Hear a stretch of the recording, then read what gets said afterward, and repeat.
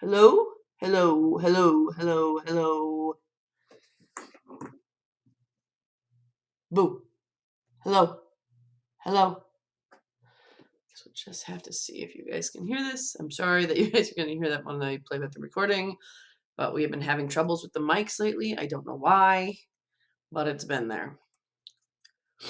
So I'm just going to put some information out here.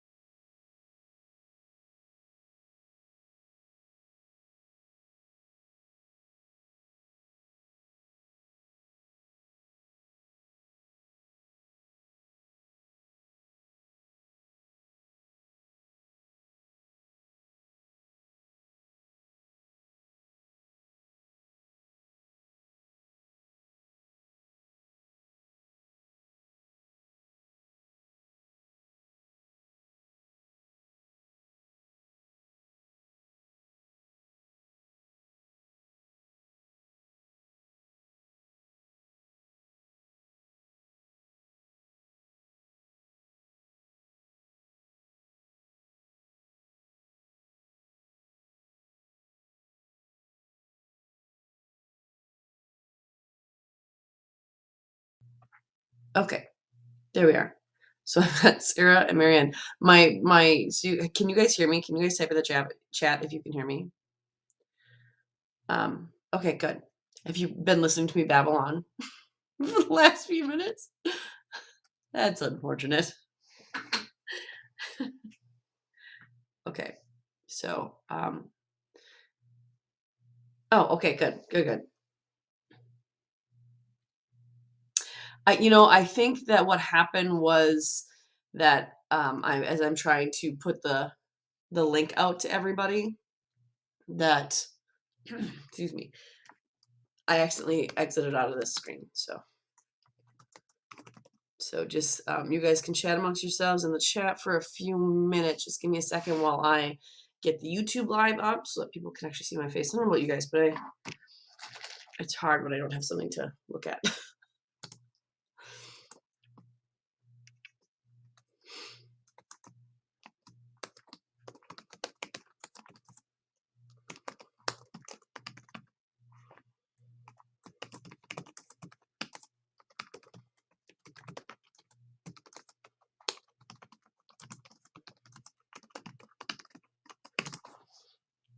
Okay. So how are you guys? I don't know how, good. I'm good. Well, see, now I'm a big football fan, American football. I mean, I like soccer too, but I'm a big football fan, and my team lost today. Oh, Sarah, you already know. Thank you for for the apologies. And I'm trying not to I usually get very emotionally involved in the game, so I'm trying not to let that happen. Oh, Marion, who's your team? Sarah, what's your team? Patriots. Someone else said Patriots to me too. Actually, Marianne, that might have been you. No, maybe it was you. I'm not sure.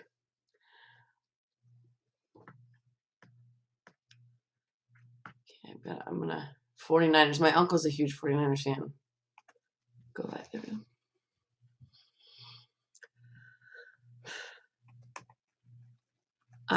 The whole reason I wasn't a 49ers fan or a Patriots fan was because I can't stand Tom Brady. I don't even have a valid reason why I don't like him. I just don't like him. I honestly don't know why.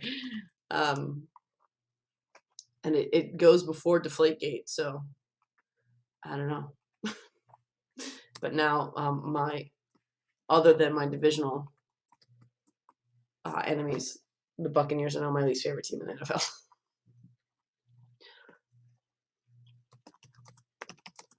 Okay, so I'm just getting this out here. 1 second. All right, so have you guys been seeing the behind the scenes posts that have been going up? Like not all the cast and crew, but Liam has been posting a lot. I like the ones that were like the set days where they paid for people to come and like do food. I think Chris Marshall did ice cream, and I don't know. I just think that's such a fun idea. How cool! I'm gonna go back to you now because I'm not even on that screen. Yeah, I know we went to Tampa and won again. That's why they're my least favorite team. What's been your favorite behind the scenes shot that you've seen so far?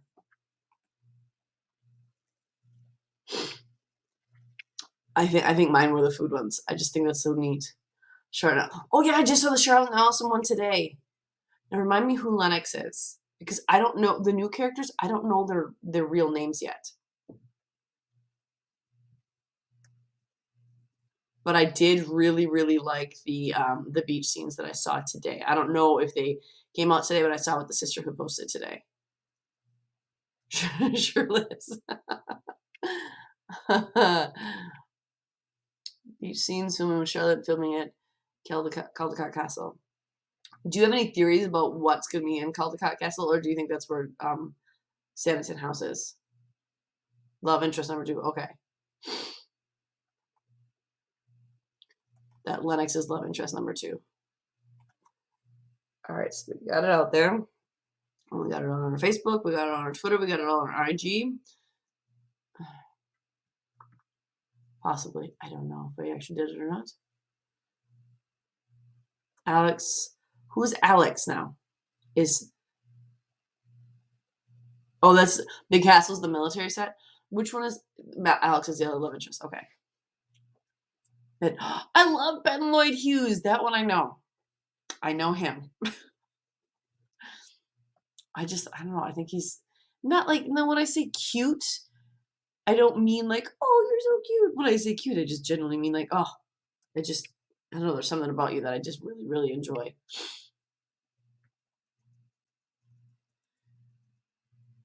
Okay. I just want to make sure that our post went live on our Facebook. Lennox is Tom Weston Jones. I'm trying to picture him in my head.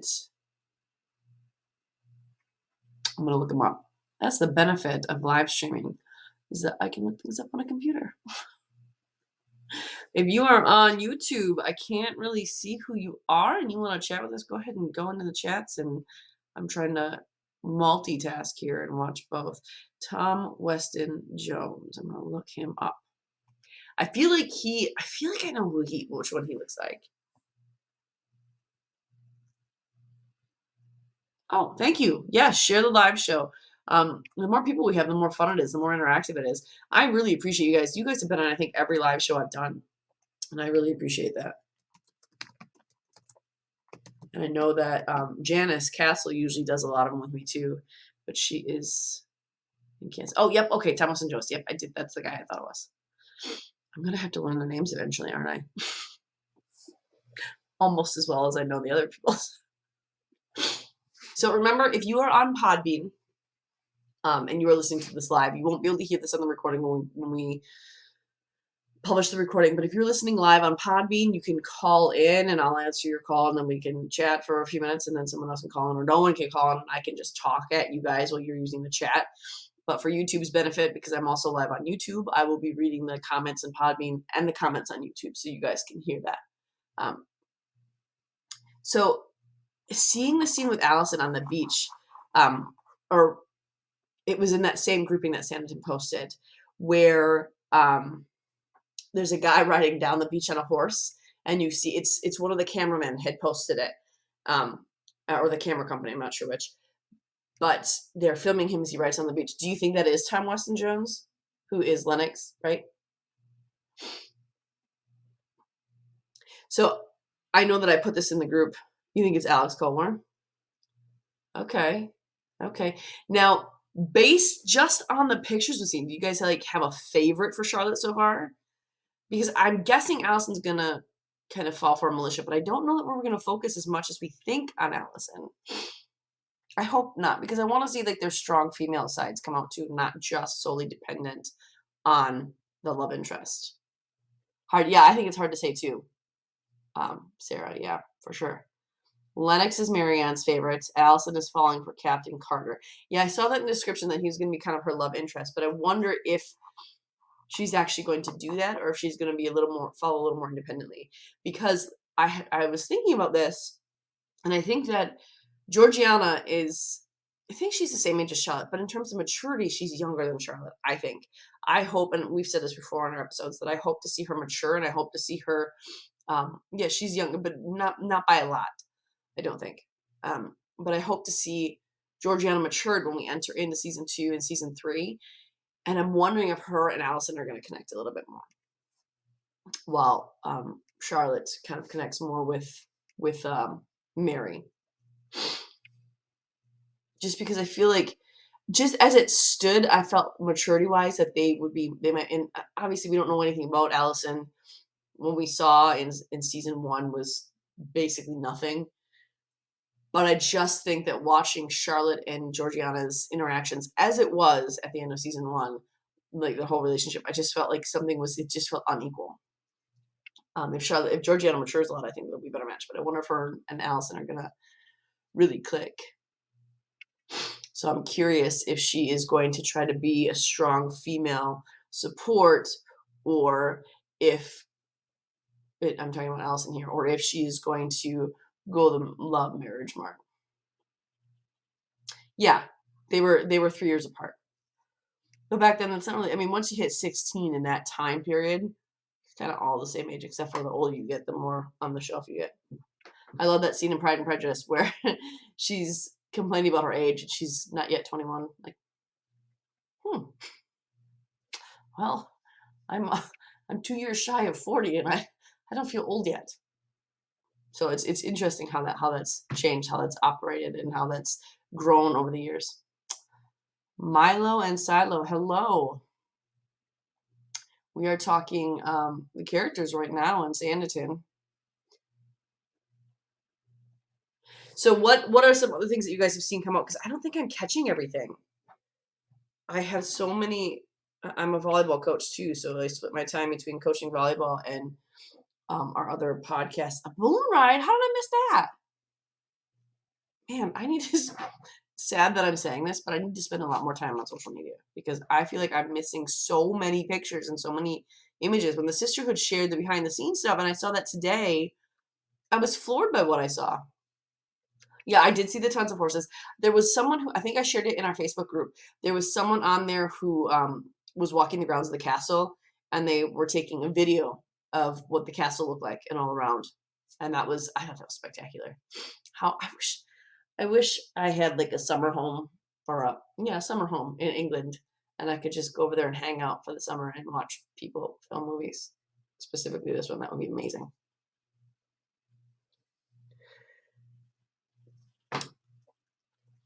Sarah said, there's an article in the Daily Mail with tons of behind the scenes pics.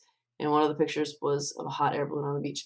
You know, I subscribe, or I'm on Snapchat, and the main reason I don't do anything on Snapchat, I just read the stories of the pages I subscribe to. Daily Mail is one I subscribe to, and I haven't seen that at all. I'm gonna have to go search for that now. I'm gonna write it down. Someone was on a vacation on the beach and took a video and put it on YouTube.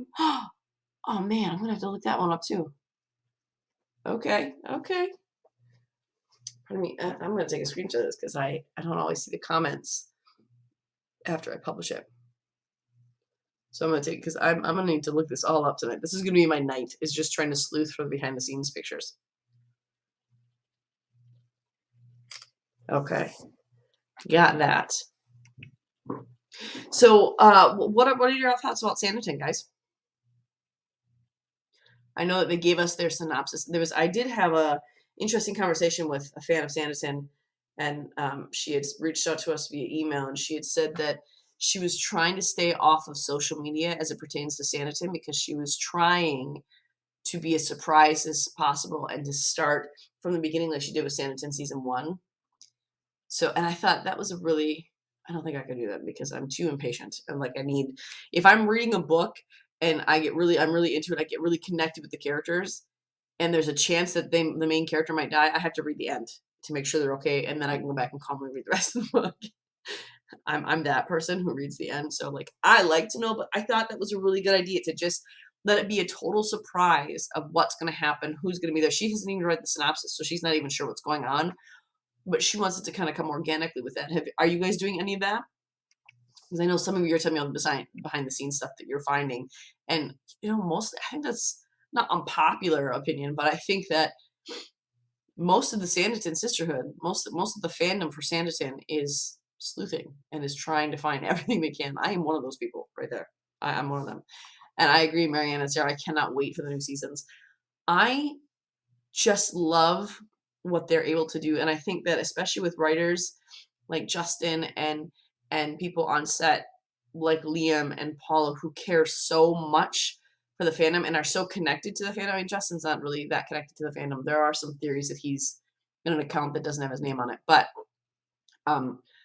they're so connected to the fandom and they hear us so well that all the people who are complaining about and it's not really a complaint, it's just they're grieving, they're lamenting that Theo James is not coming back.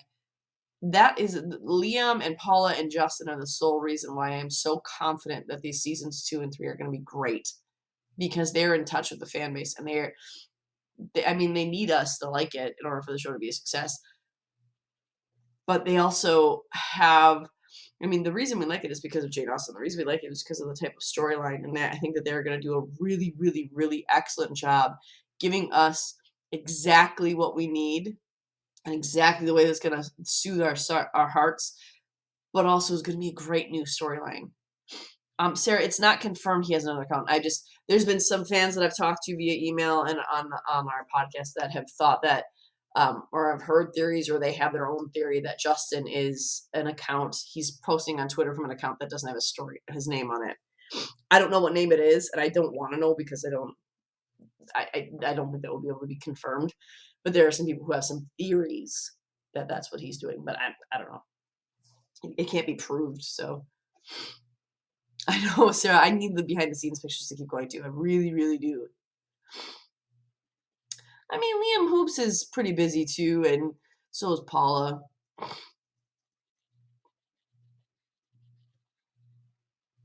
So we have some people who think that he's too busy. I hadn't even thought about it until someone had brought it up to me. Like, oh, maybe.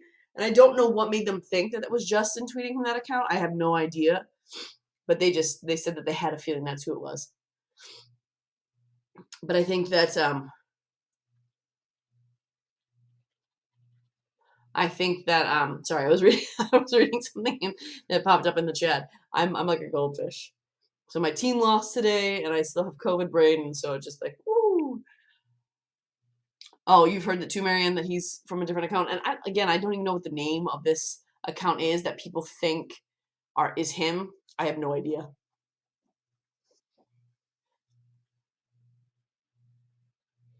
Any Milo, I would say Any tips for a new guy and partner coming soon? You mean the 2 new guys for Charlotte and Sanditon? Is that what you mean? I don't know if you want me to call you Milo or Silo, but you let me know what you want me to, or I can just keep saying your full name too. That's okay. Your full on screen name.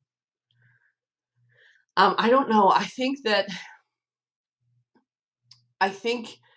it's very likely that at least one of Charlotte's love interests, Milo. Okay. Is that what you mean between one of her 2 love interests in Sanditon? But I think one of them is going to be angsty, and I think one of them is going to be a little more sweet and kind. Marianne said, in the YouTube video, you can hear Arthur yelling, Charles.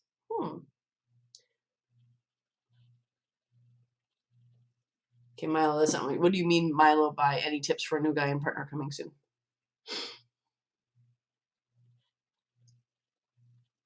I'm excited to see Arthur back. I'm a little surprised. I mean, I understand why, but I'm a little surprised that Diana's not going to be back. I'm wondering how. I mean, I'm kind of glad actually to see Arthur kind of be on his own, but I'm curious how that's going to pan out. Yeah, she absolutely could be for season 3, but for season 2, I don't think she's in it. I mean, but the other aspect is she hasn't said she's not in it. She just hasn't been confirmed that she is in it. And I think that it's just I know that a lot of us, and probably me a little bit too, assume that if they haven't and they haven't like broadcast on their social media and they're active on social media, if they haven't broadcast that they're returning, then they probably aren't returning. Is just, I think, an assumption. I hope Mark Stanley makes at least an appearance because he is my favorite guy. And let me tell you, I cannot wait to talk about him and Hester. Milo was asking new tips for Beginners One podcast. Milo, if you'd like, you can reach out to me via email, and I can have a conversation with you about how that happens and how we did it and how we promote and all the things we do to try to promote our show and get listeners. So if you want, you can email us at the.sanditon, that's Sanditon, chronicles@gmail.com, and we can have a conversation about it that way. Yeah, I think, Sarah, too that there's got to be cameos, right? I mean, for a while I was holding out hope that Theo James was going to do it, but I don't think that's going to happen. But I do think that, especially because Esther's married to Babington, there's got to be, I don't know. See, here's my dilemma. My dilemma is that these actors, I mean, Mark Stanley is good enough, like he was in Game of Thrones. He's got a huge list of things he's been in. And I think that with the love surrounding these people, that they've got even more work after Sanditon. And I think that it's been so long since they've been in Sanditon that there's a lot of other projects. Like when I was originally reaching out to the cast and crew, I heard a lot that they don't have time to talk because they have moved on or they've gone on to other projects or they're currently working on a different project. So I think that a cameo, in my head, a cameo shouldn't take a lot of time. But I think it depends on their filming schedule and where they're filming and what they're doing. But I do know that Alexandra Roach, who plays Diana Parker, she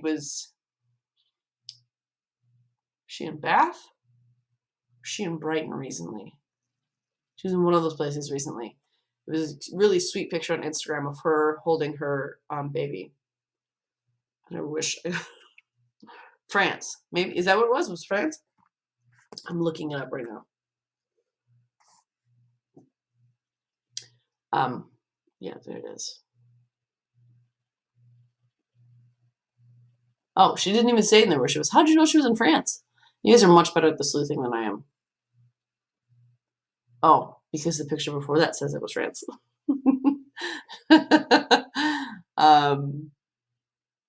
That's someplace I'd like to go. But so I see that she's on vacation, and I don't know like how easy it would be. Yeah, I just saw that Marianne in one of her pictures. I don't know how easy it would be for them to go from one country to another to kind of slip in and out. But in my head, it should be easy. You can just come in there for a minute or two. But even after talking with Ollie Blackburn, there's so much that goes into even a single scene that it's hard. But I do hope we see Diana. I hope we see Babington. I doubt we're going to see James Stringer. I think he's all done. and we're clearly not going to see Theo James. So I mean, those are the two who I think are definite not to come back. But I think it's entirely plausible to think that Babington will come back and Diana. Mrs. Griffiths, I think, yeah, absolutely, no Theo. Mrs. Griffiths, I'm not sure because it's only originally we were thinking they were going to time jump to a couple years ahead so that Georgiana is no longer in need of a companion and she's no longer in need of a guardian. But since they're only going 9 months ahead, she still has to have somebody. Yeah, I know they're only 9 months ahead, but before they had come out and told us the plot, before we knew all the other people, we were thinking that they would make it so that she was of age. So if they're only going 9 months ahead, I don't know that she will. Well, I wonder if they Marianne says that on the PBS passport trailer, it still shows Mrs. Griffith's house. I think what goes into play there is when that trailer was made, what footage they used. If they did it before they started filming, they probably recycled some of the stuff from season 1. But I don't know if this is a new passport trailer that you're talking about, Marianne. But they could have pulled old footage. And Mrs. Griffiths, I mean, it was a plaque that was above her door, so she's probably still going to be there in the town. But I don't know that we'll see her on screen. Well, yeah, no Theo new trailer because he's done. And I had when I first reached out to his agent and I got a message back was in April. And his agent had told me he moved on. I remember going to my team saying, "Does this mean what I think it means?" And we were all really bummed. And then we had to wait and hope and pray, and it was exactly what we thought it was. But yeah, he's not gonna be in the trailer. But I think that I don't think that they would pull things in the new trailer that won't be in there. But I think Mrs. Griffith's house is part of the town, so if her house is in there, I mean the placard was still above her door, and it's still a business in Sanditon. So I think the business will still be there, but I don't know whether or not she'll be there because she hasn't said anything either. Actually, I think her agent might have been one who told me she moved on. Maybe. I think. So who is doing, have you guys done a rewatch recently? I try to, when we do our recap videos, and now that we are on hold for the celebrity interviews, which we're hoping will come back soon, because I miss those, and I know that you guys miss the celebrity or the cast and crew interviews.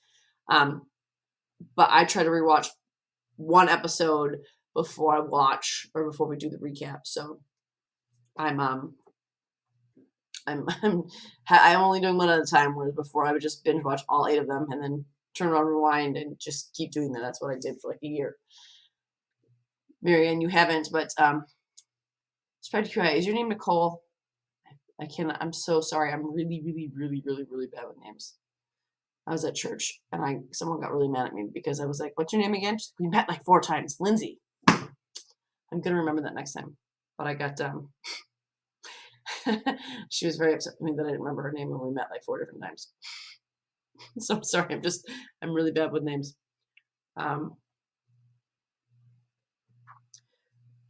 Do you guys have a favorite episode of the season 1?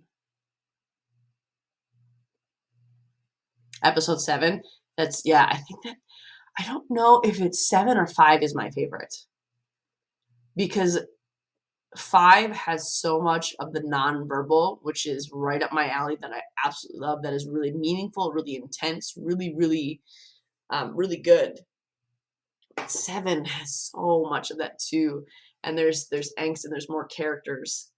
But I like seeing that build between Charlotte and Sydney.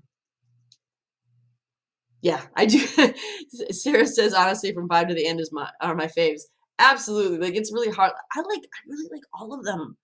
I would say that 1 is probably my least favorite, but it's not to say I don't like it. It's just because, that's the introduction of everything. So you don't really get all the pull from all these things. So it's not as good as the others, but it's still fantastic. So I think I have a really hard time. And every time we do a recap video, I start off saying, this is one of my favorites, or this is my favorite. Because they all are. Yes, Sarah, exactly. Sarah just said, honestly, love all episodes. Lindsay said 4 is probably her least. That's also Janet Castle's least. She does the recaps with me. Because we focused a little more on Georgiana and Otis in that one. I think honestly that one is my least favorite. Be, not my least favorite, but it is probably lower on the list than the others because I see a side of Georgiana and Charlotte's relationship that doesn't sit right with me.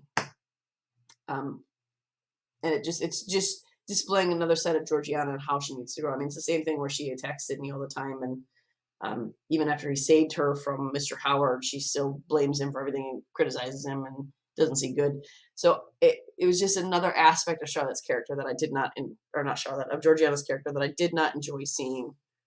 And I just kind of felt like the relationship was more one-sided. So I think that's why that one's a little lower on my list. It's above 1, but it's still lower than the others. And I think I like all the episodes where Charlotte and Sydney get mad at each other. Yes, she did. Sarah said Krista portrayed petulant teenager perfectly. She did, but I think she also added a nice depth and a nice layer to Georgiana's character where it was more than just she was petulant for sure and she was immature for sure, but there was also this aspect of grasping for meaning and grasping to be something other than a token to everybody. And I thought that the way she played that was really smart. And it was really so even though she was being petulant and even though she was being unfair and she was being selfish, you still loved her because of those layers that she put in there. I was watching an interview. Like I said, I'm a football fan, so I like Friday Night Lights is one of my favorite shows. And Taylor Kitsch plays one of the characters on there, and he had said he was talking about a different role he played, and it was about this guy who was a little crazy. And he said, if I play this role and you of this crazy guy who did some terrible things, if you aren't conflicted by how you feel about him, if you don't feel a little more compassion for him, then I haven't done my job. And I think Georgiana has done that perfectly. Sarah says, yes, we actively saw growth with Georgiana. I would agree to that to an extent. I don't think we saw a lot of growth. I think we did see some, but not a lot. Because you see in episode 8, when Charlotte goes over there and is explaining, he said this to me, and she's like, well, what does it mean? And Charlotte's, and I'm paraphrasing here, obviously, because I haven't watched episode 8 yet. I'm waiting for the recap. But Charlotte says something along the lines of, I've been trying to think of that all night myself. And Georgiana's upset with her because you can't seriously be falling for Sydney. No, he's terrible. So I think that she still is holding tight to what she's always believed in because it's so much change. And I think that's a sign of immaturity. I do think that when we come back, we're going to see a completely renewed Georgiana. I think that 9 months where she's going to spend, I imagine that Charlotte and her are going to exchange letters, that she's going to see a different side to Sydney, even though we aren't going to see him and we aren't going to see that side. I think that all that together, like with Charlotte, because Charlotte, I mean, for as awesome as Charlotte was, she was still immature in a lot of ways. She was very, very mature though. But there were still some aspects, like how she was with, I don't know, I feel like it's just some of the ways where she expected relationships to be, how she expected them to perform. She was a little mature, but I mean, that's understandable. She was 22, she was 22, and she'd never been outside of her home. She'd never been outside of her town. She'd never been in love before. So that's understandable. But I think that Georgiana and Charlotte, in the 9 months that we don't see, I imagine them to have been writing letters and helping each other through this because I think it's going to be hard on both of them. And I imagine we're going to see a different Georgiana when we come back. Not different, renewed. A rejuvenated one, a less immature one, a less petulant and gripey, whiny one. And I think actually the reason Georgiana says to Charlotte at one point, do you find me terribly sulky and spoiled? I think she says that because she knows she is. I mean, that's the reason she's asking. She wants someone to tell her that, no, it's okay. You're fine. I just realized that my Esther is not in the shot there. There we go. I'm going to be sad when I change up the Esther. I mean, I can keep Esther up there, but I like to change. I'm talking about those of you who can't see on PodBeAN, I'm talking about my Esther denim picture behind me.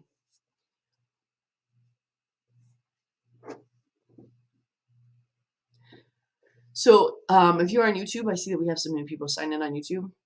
Feel free to comment on this. We are active on Podbean as well as YouTube. Louisa says, do you think it's possible that Theo James could return for the 3rd season? No. I think he's completely 100% done with his universe in every way. I don't think he'll be back. Lindsay said 0 chance too. Yeah, there's just I think he was done before a lot of the fandom kind of turned on him because of the cold way that he made his exit. But certainly after that, he was really, really done. Sarah Marianne said too that he won't be back. But I'm excited to see the characters who are there. Susan said, hi, just woke up, thought I would join. Hey, welcome, Susan. We've got another little bit that we're going to be on here, so you're good. We were just talking characters, talking love interests, talking what we think and things we like, talking about behind the scene photos that we liked the most, what we're most excited for. There's a balloon ride. I need to find that balloon ride thing. I'm tempted to go look it up right now, but I'm not going to do that. I'm going to withhold. I'm going to be patient, sort of. I'm going to withhold.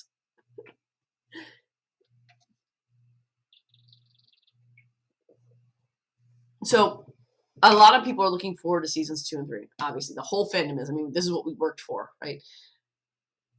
Is this something that you guys actually thought would happen when you guys were when we were all campaigning for a continuation? Or was it something you just kind of thought, well, I'm going to keep fighting for it, but it's never going to happen? Personally, I always held out hope that there'd be a season 2, but season 3 surprised me. What about you guys? The question was, Sarah asked what the question was. The question was, for all the campaigning that we all did, for all the work we did putting into season 2 to getting a continuation, is it something that you guys just kind of fought for, hoping without kind of like saying, well, I really, really want there to be one, but I doubt they're going to do another one. I doubt they're going to pick it up again. Was that your perspective, or was it, no, they're going to give us a season 2 because we need it? I personally, I held out hope that there was going to be season 2, and in my head it was, well, how can they not? But the season 3, I was not prepared for them to have a season 3. That's a really, really fun, happy surprise. I was super excited that day.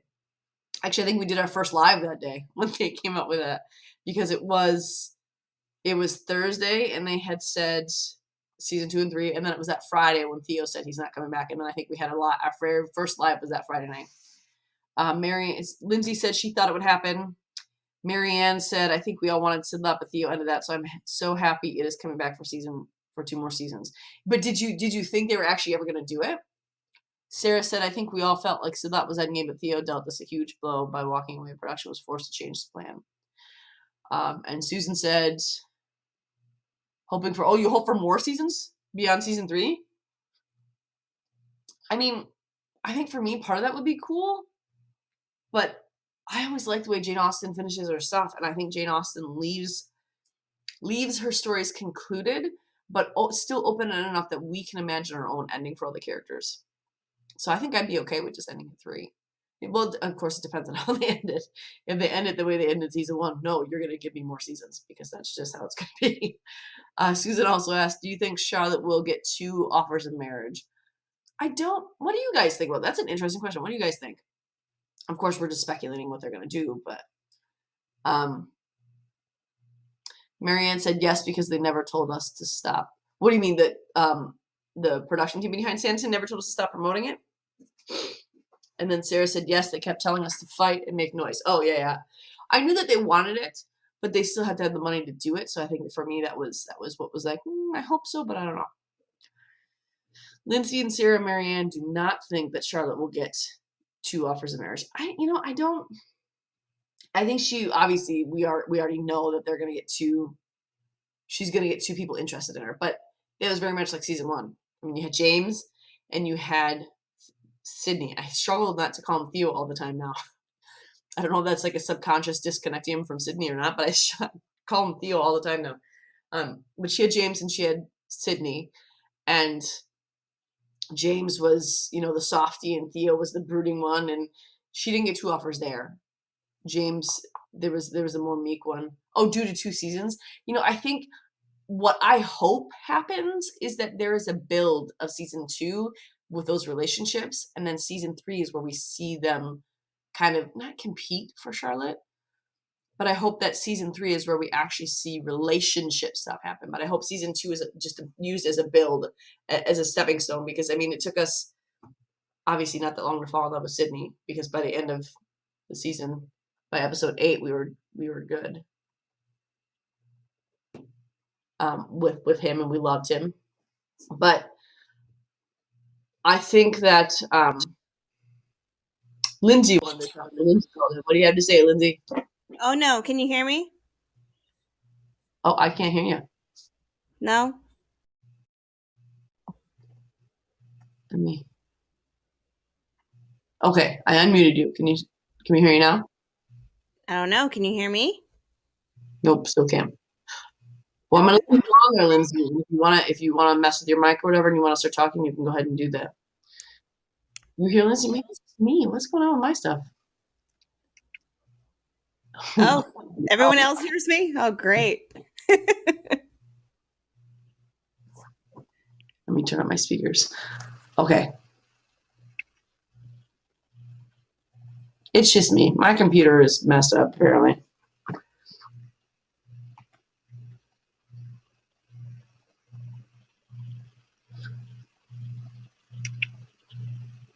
Okay.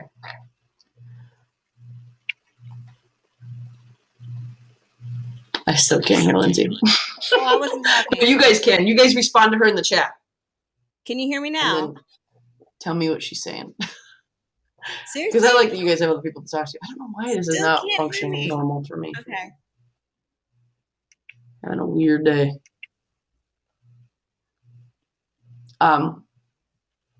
But that's my hope. That is my hope, is that there's a build.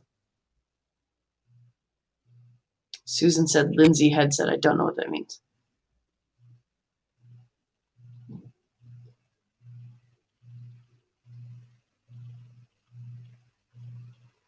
Can you still hear me, Marianne? Yeah, I think Marianne and Sarah said that they both heard her. It's just my computer is being weird.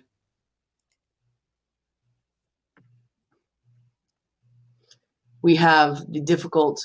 Eventually, this won't be an issue, but I have to have 2 separate computers, and I have to operate the lives and all the recordings from my laptop, and then I have another computer that I have to use for editing. But that's because I don't have a solid podcasting room right now. I keep switching rooms based on if my children are awake or not. Okay. Let's see.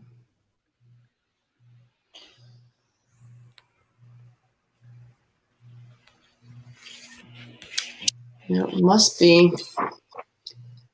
I bet it's because.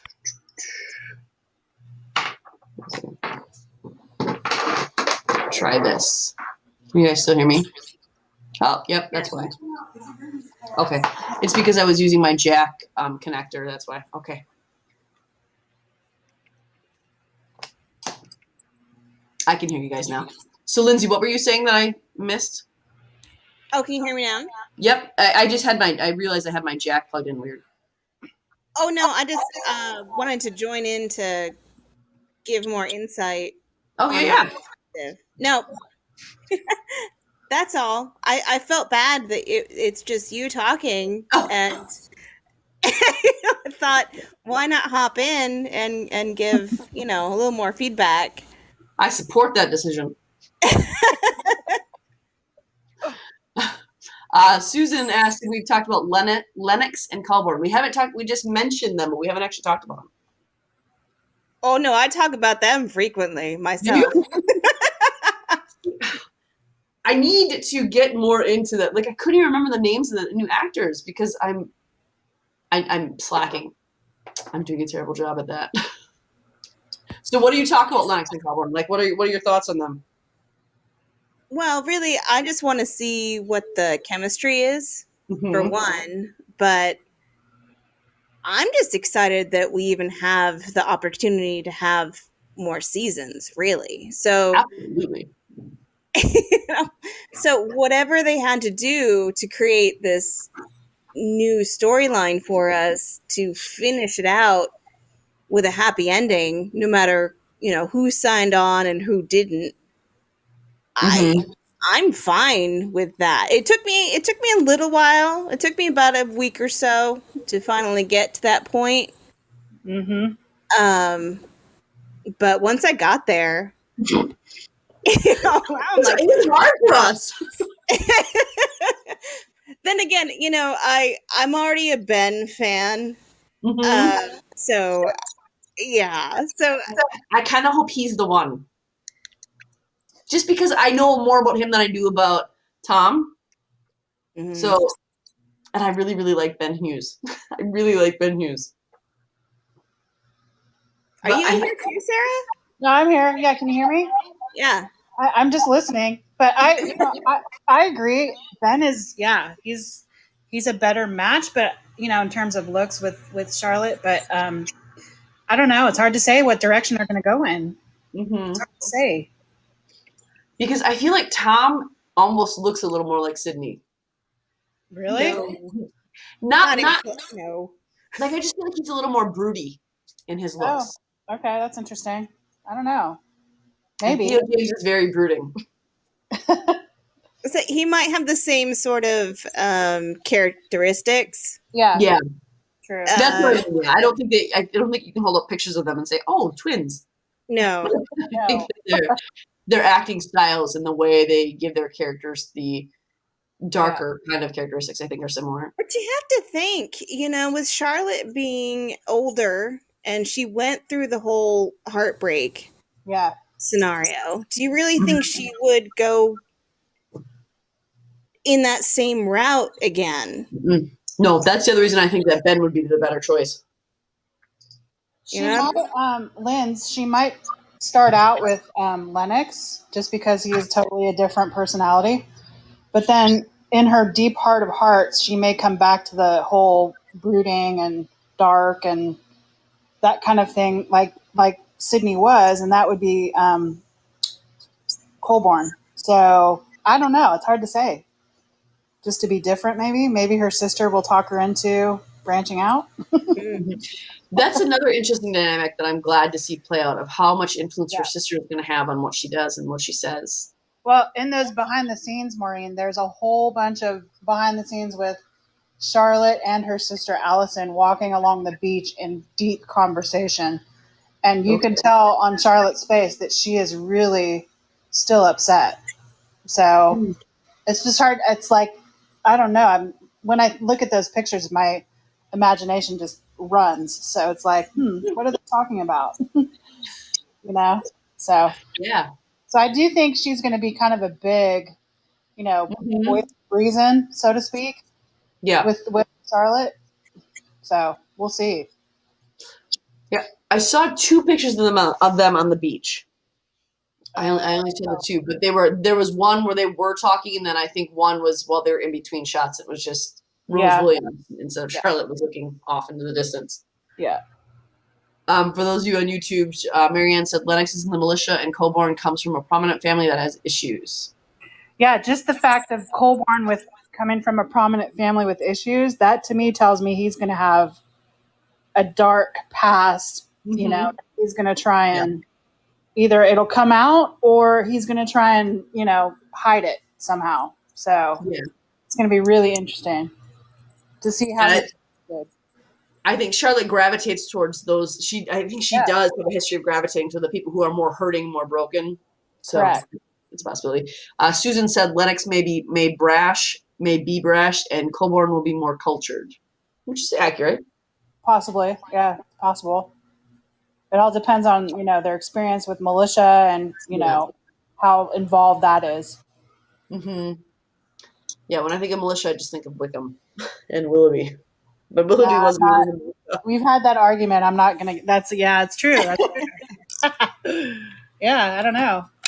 I don't Maybe. think they'll create a Wickham, but that's No, Wickham God, I is hope not not. very cultured. I So hope that's not. Yeah, no.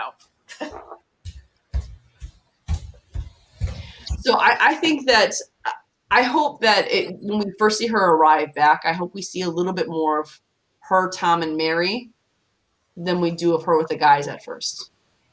I think we will. I do think we will because because of all the intel and behind the scenes stuff, it seems like there could be some sort of a funeral, but I don't know that for sure. So I'm thinking she could be no. coming back just to console the family, and I don't know. Who do you think the funeral is for? It's hard. I don't know. Based on we've kind of Yeah. based on bits and pieces of looking at script stuff. I mean, who knows? And that it may have changed. I don't know. That's just my assumption. Yeah. So Because I know all of us were originally talking about if they were going to kill Theo off or Sydney off. And that's Marianne says she thinks it's Theo or Sydney. it could be. I mean, to be honest with you, I think that's the only way the story is going to make sense if that happens. And I hate to say that because I know that's kind of an unpopular opinion, but the only way that they'll stay apart and that he won't still be a factor for her. correct. Yeah. Yeah. The only downside is it's not the happy ending that any of us wanted for that character. No, I know that, and that's why it's an unpopular opinion, unfortunately. But there's no happy ending for him because he's not Yeah. coming back. So the options are either death or he's stuck with Eliza for the rest of his life. That's true. Well, okay, but from that perspective, Yeah. as much as we love the character of Sydney, what is the lesser of those two evils? That's exactly it. I don't know.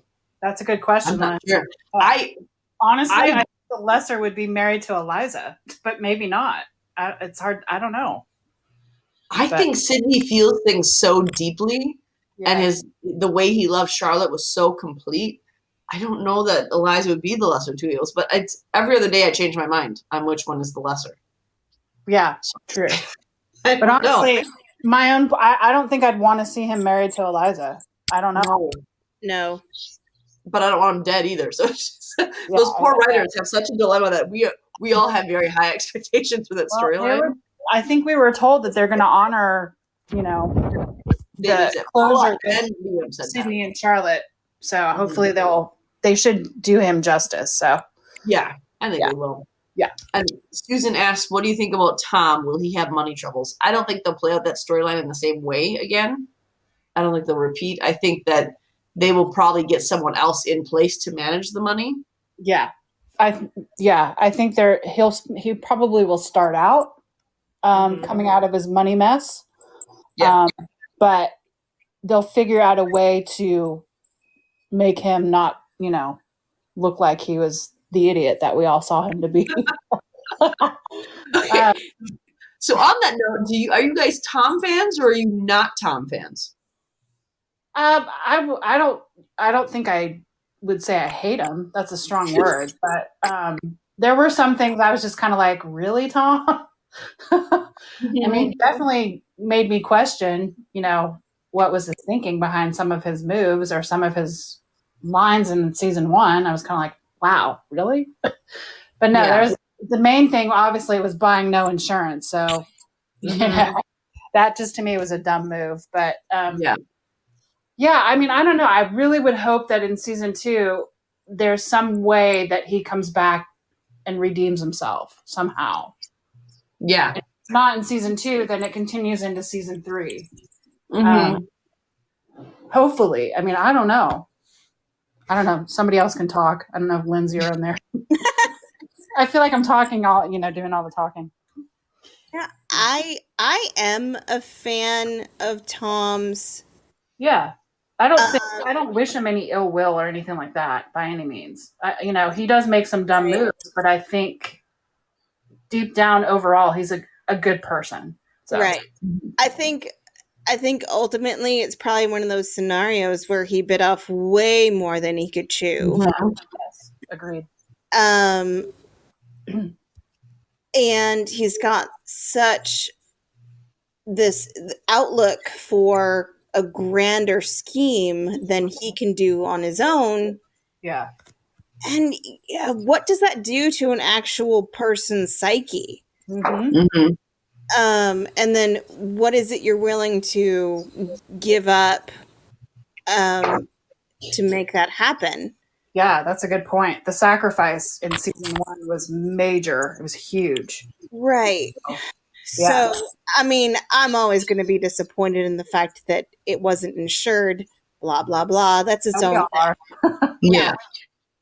But as far as looking into the future, I don't think he's a bad guy at all. Like, I don't he's a think so. sweet person who only wishes to benefit the town, the people, make something of himself, and even the local people. Yeah. Yeah, I can't be mad at Tom. He's an imbecile. It's probably one of those things where, like, you want to have this big enterprise, but you don't know the logistics of it. Yeah, and I think his imbecility is brought on by the situation, right? I don't think it's a natural way that he is. So, yeah, I agree, Lens. I agree.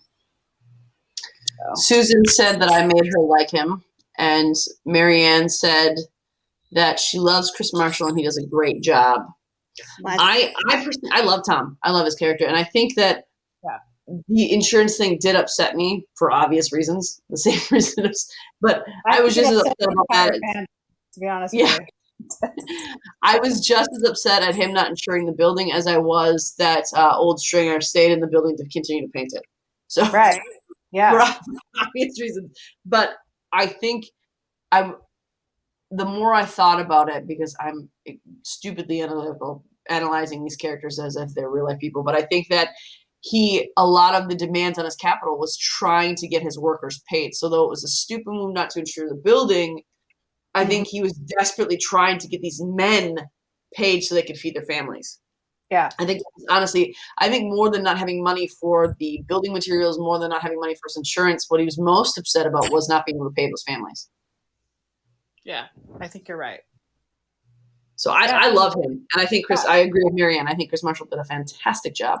Yes, I agree.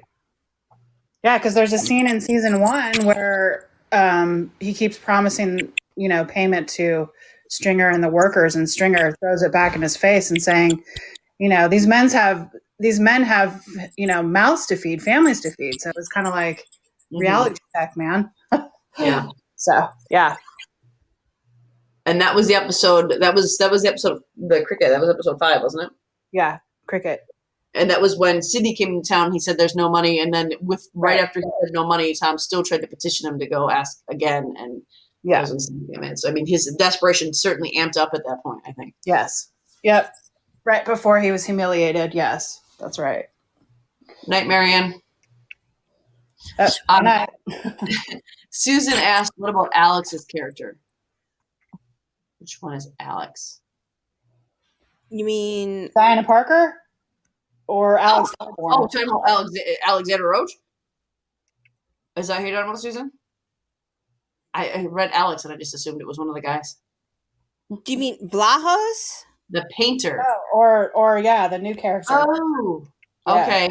I forgot he existed. Oh, I'm so excited to see him. Me too. You can tell he's gonna be so like flashy. Yeah, I can't wait for that storyline. I bet Tom is gonna love his character. Yeah, I would think also Arthur too. Yes.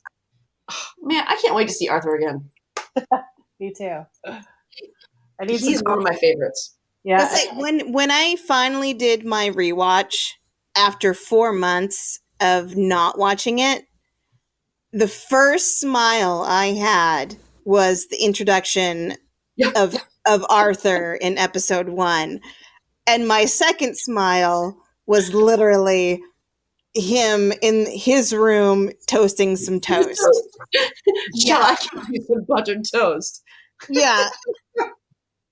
So I'm so excited to see him back.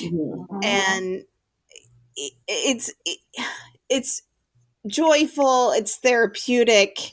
It's, I don't know, he's just such a wonderful character. He's so wholly good. Yeah. I love when he goes to get Georgiana out of that room and he lies about the duck race. And then when they're there and she says, you are the most infuriating man I've ever met. He's like, I'll take that as a compliment, and continue to follow her around. And he's seen as this buffoon, and he's seen as this silly, ridiculous character, but he has an innate ability to see when someone is hurting and suffering and the gumption to go and help them be pulled out of that. And I love that about his character. Susan said she wants to know if we think Edward will be up to his old tricks. Not in the same way, but I think he's still going to be a cad.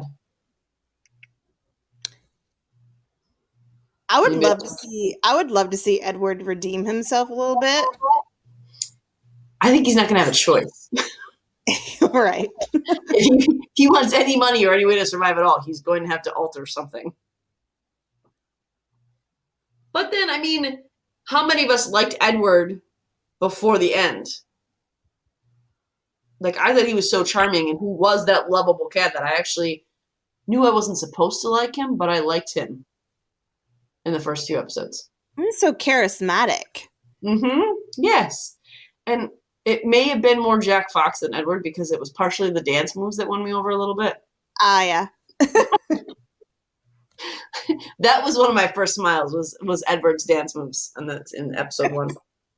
When he kept doing this wing flapping thing and I loved it. But I think that I don't think he'll be up to his old tricks in the same way. But I think that he's like Clara. I think he has to find a way to survive without finances. So he's gonna probably have to be sneaky and a little covert about some things. But I don't think it'll be in the same malicious way that it was before. I think it's just rather than him being a jerk, I think it's gonna be about him surviving.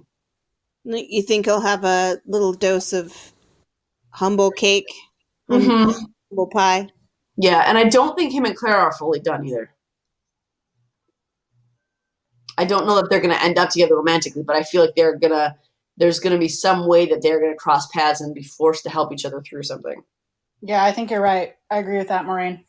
Mm-hmm.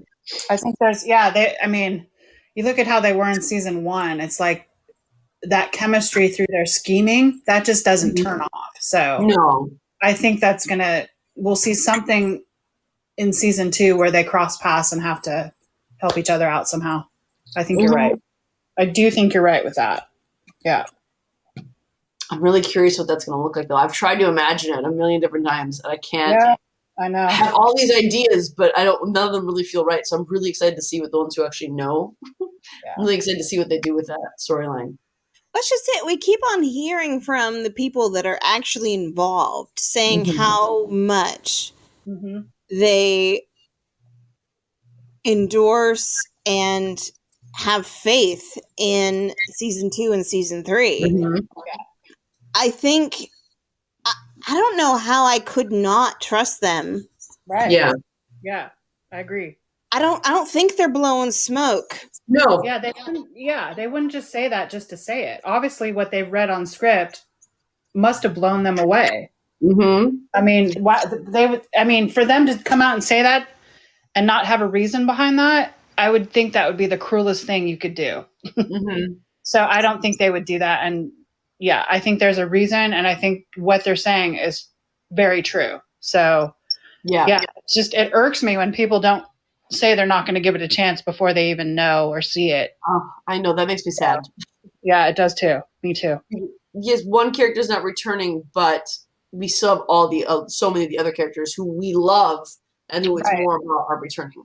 Yeah, the story is not about the one character. So yeah, and I think that the other aspect is too these actors need their shows that they're in, the movies they produce, to do well because that's their living.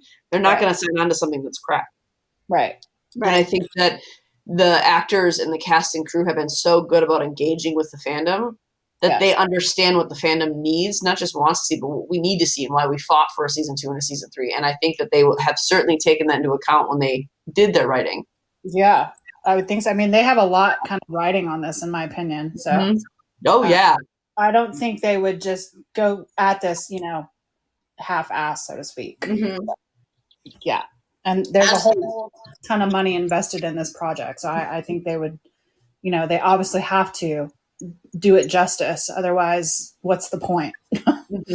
So. Especially since there were 2 seasons ordered instead of 1. I mean, that to me speaks volumes. They could have just said, "Oh, just one more season, done." But the fact that they found enough material or, took a huge leap of faith in wanting to take the characters further than they have, that to me tells me that there's a lot of, the bigger, higher up people who really believe in this project. And so it just tells me that, with the fans involved as we were, fighting for it day in, day out. And now, you've got the production, you've got the investors, et cetera. There's so much love for the series. So it's like, we owe it to them to, show our appreciation and our, support to them. So yeah, absolutely. Yeah. Susan asked when we think we'll get a season 2. I think they said that they're shooting for January 2022. So I think that's going to be January. Probably I have a feeling it's going to air in the UK first, but I don't know that for sure. Well, because PBS is running it and they're an American company, I think they had said that there's a good chance it might air in the America first. Oh, okay. Because you know more than I do. That's interesting. It'll be run on ITV, but they aren't the ones who are funding the project this time. It's Masterpiece and PBS. Right. Yeah. Well, but there was a campaign for them to air at the same time. Yeah, I would love that. That would be nice. Yeah, that would be really awesome. Because then, especially for me personally, is running this podcast and the Facebook group, how hard is it going to be for us who have seen it to not talk about it in that group? Yeah, probably going to be a big fail. there's no way we're going to keep spoilers out of it. So I think that it would be a really big honor to the fandom if it could air at least in some way, even if it's not on ITV, but if it could air in some way in Britain at the same time that it airs here would be great, or vice versa. Susan said it will be on BritBox in the UK before ITV. Okay. But I'm looking forward to it. And I know that typically that's when PBS does air their new shows, is in January, because that's when for whatever reason, that's when they get the best viewership numbers. I have to say, January is a lot earlier than what I was expecting. Same. Really? Why? Well, because they're still filming. Well, I think they've moved into season 3 now, though. Right. But then you got to factor in, however long it takes to edit and, put in the music and voiceovers and any, what is that? Have to film, retake a scene or something. Retake shots. Yeah. Yeah.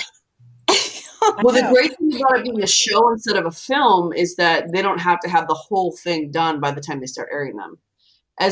For our other podcasts, as we talked to cast and crew, a lot of them have said that they're still editing the rest of the season as episodes are airing in live time.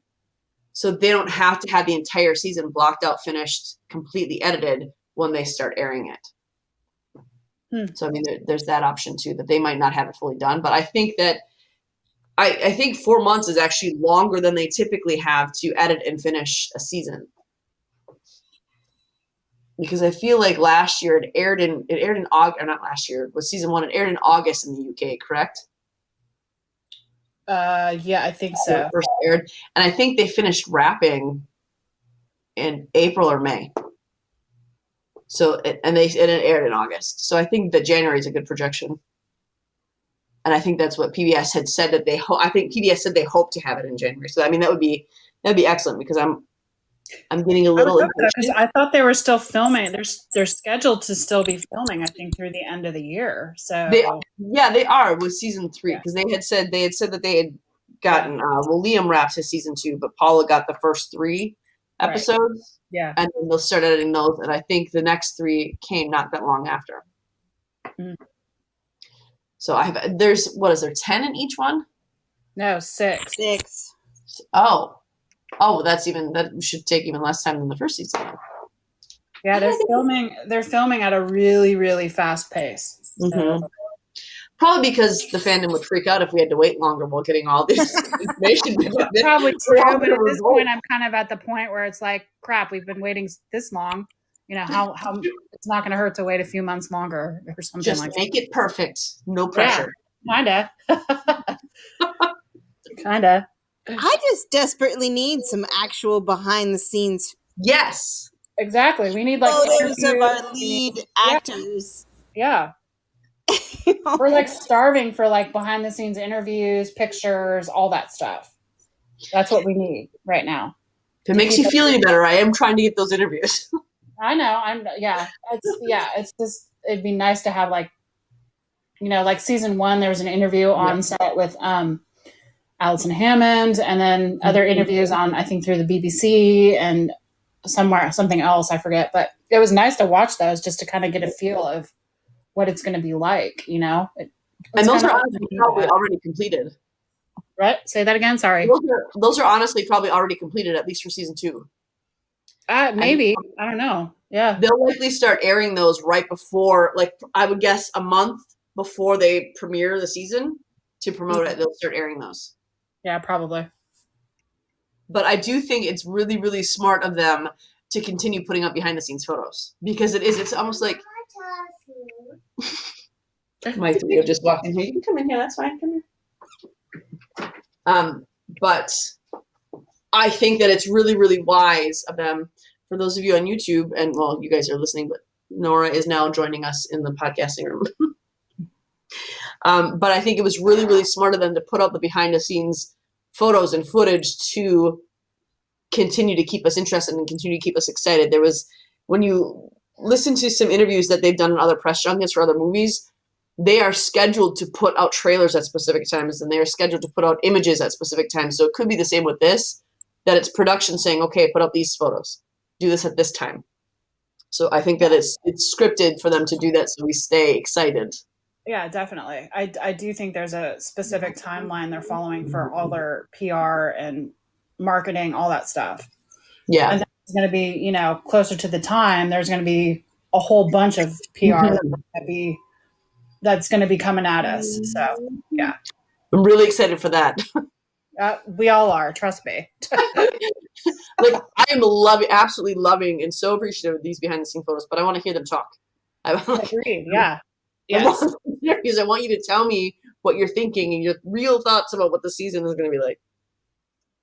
Yeah. Are you asking us that? No, I said that's what I want. I want those movies to come out. Absolutely. I agree. I would love for them to share their thoughts for sure.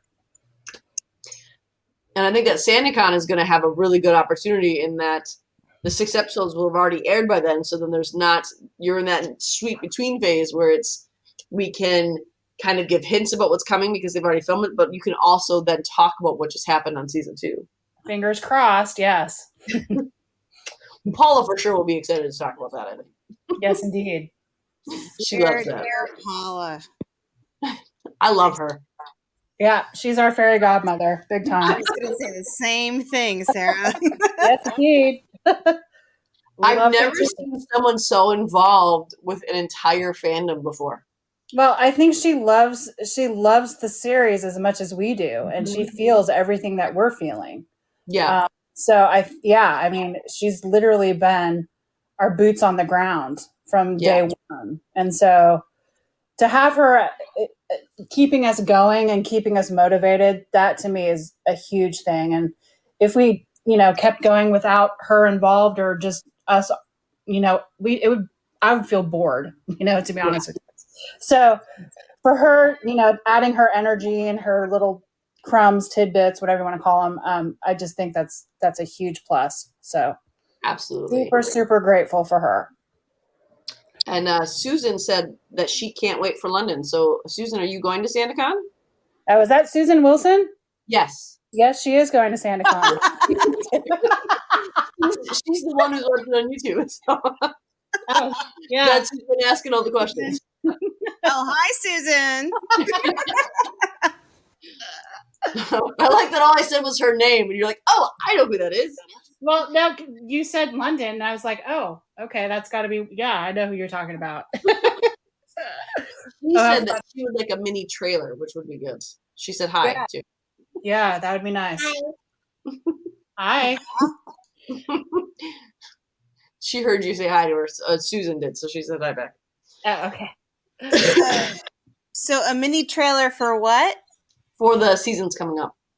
Yes. Yeah, that would be the best. I think once they get the bulk of their video in, the bulk of the film in, that they will grab clips and do something for us. Yeah, I'm sure they will. I think they're going to do much better than they did the first time around. I think they already kind of have. Yeah, I think so too. Other than lack of a better way of putting it, other than them being terrified to promote on Twitter. Yeah. I think right now. I think the people involved have done an amazing job. Yeah, I agree, Liz. It totally feels different. And I think it feels like with season 1, they, it was kind of relatively new. And so they were kind of not sure how to maybe plan out, the PR, the marketing, all that stuff. And so they didn't do as much, or at least we didn't see a whole bunch of it. No. So now with season 2, their lesson. Keep going. And now they want to, up their game, so to speak. And it definitely feels like they've done a whole bunch more than they did for season 1 so far. Absolutely. Yeah. I didn't even hear about season 1 until after the first episode had aired. Oh, really? I didn't. I heard about the TCA panel in Beverly Hills, and that's how I heard about it. But that was the only PR I had seen about it online or anything. There was nothing else. So what is TCA? In Los Angeles, Hollywood, they do a Television Critics Association panel. Oh, okay. So that's where they bring out all their new upcoming shows, movies, etc., that they can come and present and talk about, and people being the press can ask questions and stuff like that. But they are closed; they're not open to the public.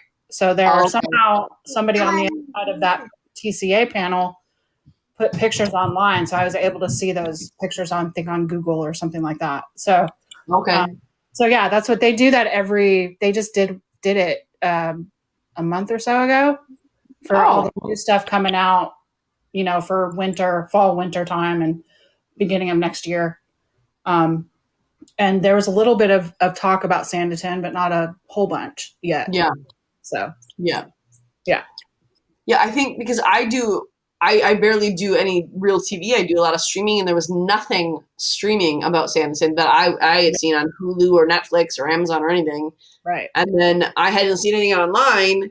And then my daughter happened to be watching PBS, and I saw a commercial on PBS. What? That's how I saw it. That's how I came to it also, was through an ad on PBS. And I was like, oh, what is this? So, yeah, that's how I was glued onto it. I didn't see any ads before that. So it was kind of a huge surprise when I came across it on PBS. Yes, happy one. But it was that for me, it was the week that it aired was when I saw the ad. I think it was like maybe a few weeks before airing, something like that. So they definitely done a better job. Were you? Really? Yeah, I blame it on YouTube. Okay. Yeah. Yeah, because I didn't do the extra research. I was watching Downton Abbey clips, and then all of a sudden that whole you might be interested in things that pop up. Yeah. And that's when Sanditon came up, and I watched the trailer for it. I'm like, holy smokes.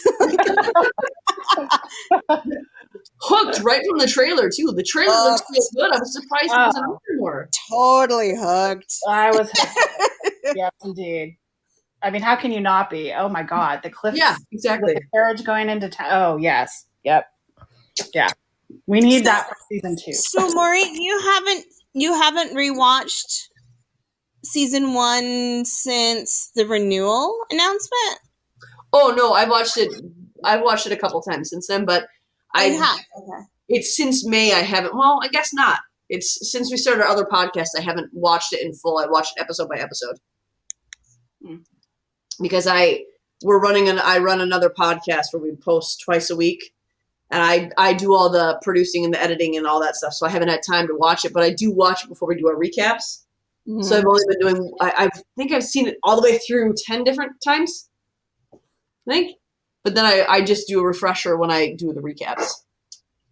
Mm-hmm. Do you view it differently ever since the renewal? No, not really. Because I think I'm a little bit more sad that I'm not getting certain aspects of it again because Theo James is not coming back. So watching it from the beginning to the end knowing that relationship is going to end and it's going to be permanent end, it's a little more sad. But I still, overall, I view it largely the same as I did the first 2 times I watched it. But when I rewatch something on repeat, every time I rewatch, I'll pick a different thing to focus on. So I analyze it a little bit more, but I don't, overall, the feeling is the same. What about for you guys? Mom, do you have a drum? Cute. No, absolutely. With every to be, like I think a whole bunch of us, when I obviously right after we got the announcement, we were all just like devastated. So, so for me, I had to take like my weeks to process and naturally move on or forward before I could even think about watching. But now I'm at a point where, we've been talking about it, hearing everybody's different thoughts and feelings and all that stuff. But now I'm at a point, I haven't watched it since the announcement either. So I'm at a point now where I can watch it. And I think, as I know Lindsay just watched it, I think it will be a therapeutic watch. Where I initially, yes, I was upset with Theo for what he did. But I think now I've processed it to the point where, the show is still a beautiful show regardless. And so I think I can view it from that standpoint. I'm not going to be the type of person who will watch it and, be holding a grudge because we didn't get what we wanted. So that's kind of that's where I'm at now. So I told people I was going to try and watch it this weekend, but plans got away from me. So now I'm at a point where I'm probably going to watch it and just watch it from that standpoint of the fact that it is a beautiful show. And, and it's not about that character. It's about the entire town. So, so that's where I'm coming from. Now I see it that way. Whereas before I put a lot of, feeling into that character. But now my vision has, gotten bigger and I can see it from a fuller picture. So, so now I'm going to probably watch it again from that standpoint. That makes sense. Yeah, because there's so much beautiful character development in each character that appears in that show. Yeah, exactly. I was really surprised how my reaction to watching it again after knowing, we weren't going to get that Sid Lot happily ever after. I was devastated. Blah, blah, blah. I said some awful things. Really, like I said some really terrible things about, I could never watch it again and you ruined it for me and like all that stuff. Yeah. Well, when I finally got past that and it hit that 4-month mark of when we got our renewal, like we saved the show. Right. Is when I woke up and I was like, you know what? Let me give this a shot. Let me see if I can look at it from a different perspective. Yeah. And, when I first saw Sydney's character in episode 1, my heart raced a little bit. I was a little, upset. That subsided. And then after that, I realized how beautiful the story really is. Yeah. That aside, it's a fantastic story with absolutely characters, the music, everything. I missed it. Yeah. I didn't watch it for 4 months because I was trying to preserve my own well-being. Thinking not watching the series I loved so much that got me through such a terrible time.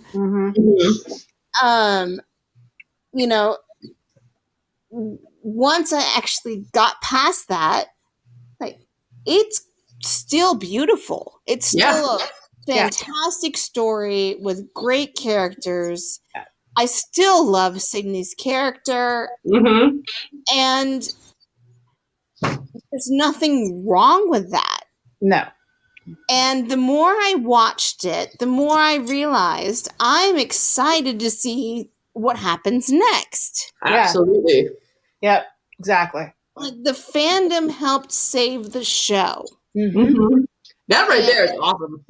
I know. Right? That's what helped me get through that. Yeah. And still, like, I can listen to the music and my feet tap to the beat, and I smile at the characters, and It's like coming home a little. yes, Yeah, it's definitely therapy. It's therapeutic for and all I those. really Yeah. yes. Say, I really missed that. Yeah. I cut myself off from that for 4 months. Yeah. And once I let myself get to that again, it's not that just because this character is not returning, Right. it did not change how beautiful the first season was. Yeah. No. Right. Agreed. Yeah. Yep. And that made me feel so much better because I still tear up. I still was upset at the end of episode 8 because how could you not? Yeah, right. How can you not? But then watching Charlotte in that carriage, I felt a different viewpoint Right. of what happens next. Yeah. Like, what can we do with her? And what storyline can we go through with her? And I'm more than ready now, after actually watching it again, to prepare myself to go through that journey with her. And it just made me all the more excited to see what happens next. I will say about my rewatch with it though that's a good point, because at that end scene when we see Charlotte and she's no longer you see her crying at first, on the window, but then at the end she kind of looks forward. It's almost like you can sense something else that's awakening. There's a different fire that's coming in her now when I look at it. And of course it wasn't necessarily like that when they wrote it, because they didn't know if they were coming back at all. Right. But I can see that now when I look at it, that there's a determination in her to not let this derail everything that she is. Yeah. And that's kind of exciting to see that play out that way. And I think that I've been contacted by a couple people that have said that they just can't watch the next season because it's going to be too hard. And I've heard from people who say that, it doesn't make a difference if he's there or not. And so it's interesting how much people connected with this show to affect them in such a deep way. And that's just good writing. Yeah. I mean, it's good writing. It's good characters. It's a good foundation that Jane Austen laid. That's all credit to that. Yeah. And to acknowledge that means that you have to acknowledge that seasons 2 and 3 are going to be phenomenal because there's many of the same writers returning. Exactly. Yeah. So we're going to head off here in a minute. Yeah, I was just going to say I have to jump off and eat some dinner. So I'm on the West Coast, so I'm Midwest, so we've got school in the morning. But Susan had said that PBS will have Drama After Dark, where it gives a breakdown, which would be good if they did that for Sanditon. I don't know if she's saying this for Sanditon or PBS, but then she also said goodnight. So, all right. On that note, I think we're gonna head out, and next week we're talking just Esther. Yep, I think it's Esther next week, or a recap, and then Esther. So I'm really excited about that. Esther is fierce. I love Esther. Oh, I think my unpopular opinion is I like her better than Charlotte. She's my favorite character in the show. Well, I don't. Yeah, I mean, Charlotte's not developed yet enough, so I think Esther I think has a little bit more life experience. So yeah, for sure. So I look at her from that standpoint, and I see that fierceness from that standpoint. Absolutely. Yeah. So it's Esther Heavy coming in, everybody, and I think that we are going to say goodnight. And thank you guys for joining me and for coming on and talking with me. I really appreciate it. Good night. All right. Bye, guys. Right.